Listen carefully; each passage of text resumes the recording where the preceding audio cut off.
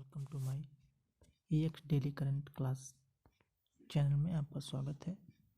आज 29 तारीख है। आज 29 तारीख के सारे इम्पोर्टेंट करंट अफेयर्स के बारे में डिस्कस करेंगे और इसके इम्पोर्टेंट फैक्ट भी बताता चलूँगा, इसलिए आप लोग वीडियो को अंत तक देखिएगा। ये वीडियो आप लोगों के लिए हेल्पफुल रहेगी। चलते हैं सीधे क्वेश्चन पे।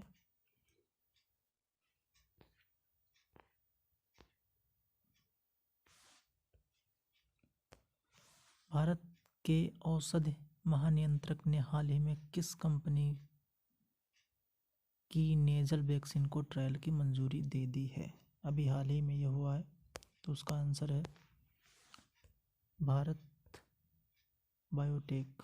इसका ट्रायल 90,000 लोगों पर किया जाना है। तीसरे चरण के ट्रायल के लिए आवेदन जमा करने वाली ये दूसरी कंपनी बन गई है। अगला प्रश्न,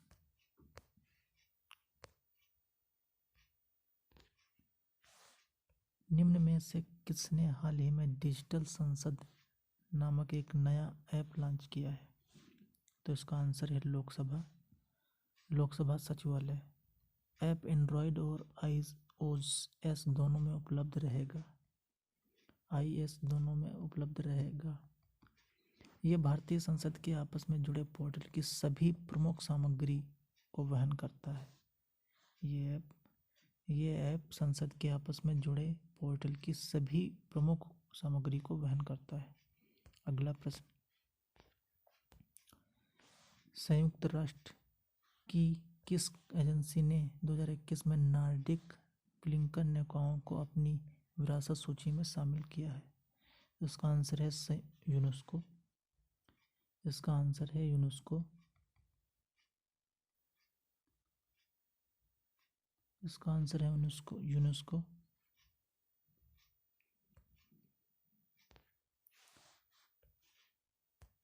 अगला प्रश्न, लोकायुक्त शक्तियों को कमजोर करने के लिए राज्य सरकार ने अध्यादेश लाने की घोषणा की है।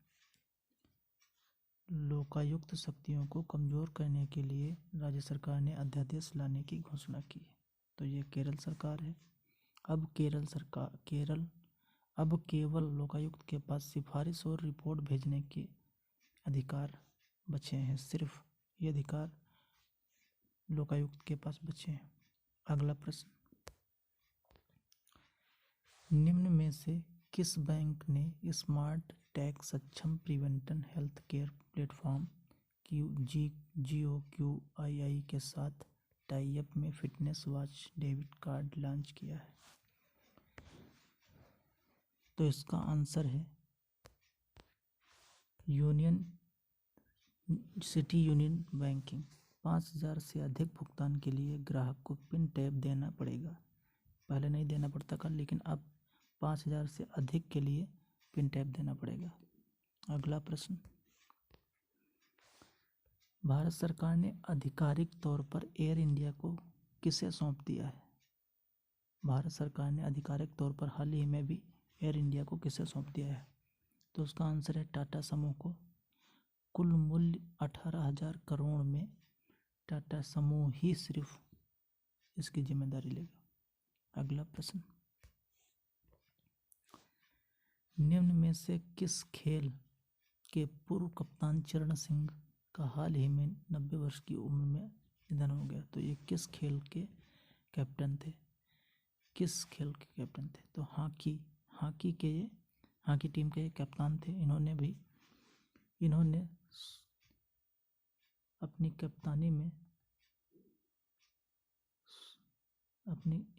कप्तानी में ओलंपिक 1964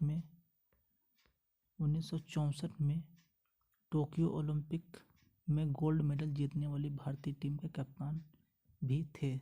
अगला प्रश्न, भारत के किस टाइगर ने TX2 पुरस्कार जीता है? भारत के किस टाइगर ने TX2 पुरस्कार जीता है? तो यह है सत्यमंगलम। इस टाइगर रिजर्व को 2010 में बाघों की संख्या दोगुनी होकर 80 होने के बाद पुरस्कार मिला था। पुरस्कार मिला था?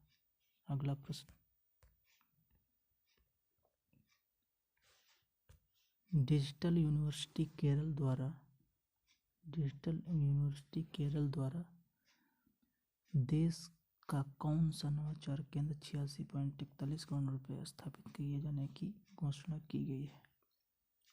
तो इसका आंसर है पहला, यह देश का पहला ग्राफिक अनुसंधान एवं विकास उष्मायन केंद्र होगा। डिटेल देखते हैं इसके बारे में।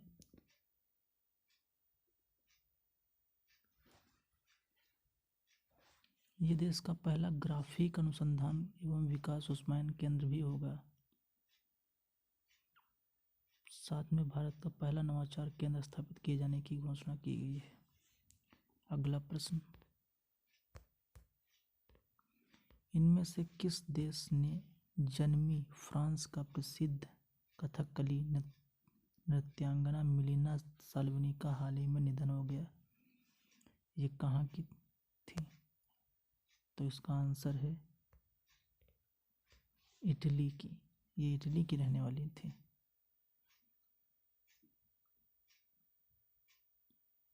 तो ये थे आज के इम्पोर्टेंट करंट अफेयर्स के क्वेश्चन। तो आप लोगों को कैसे लगे कमेंट बॉक्स में ज़रूर बताना, और टेलीग्राम का लिंक मैं डिस्क्रिप्शन में दे दूँगा, आप लोग ज्वाइन करने ला, और वहाँ से आप जो भी टिप्स पूछना हो पूछ सकते हैं। और फेसबुक पेज भी मैं उसमें डिस्क्रिप्शन में दे दूँगा, उसको भी ज्वाइन कर लेना आप लोग। धन्यवाद।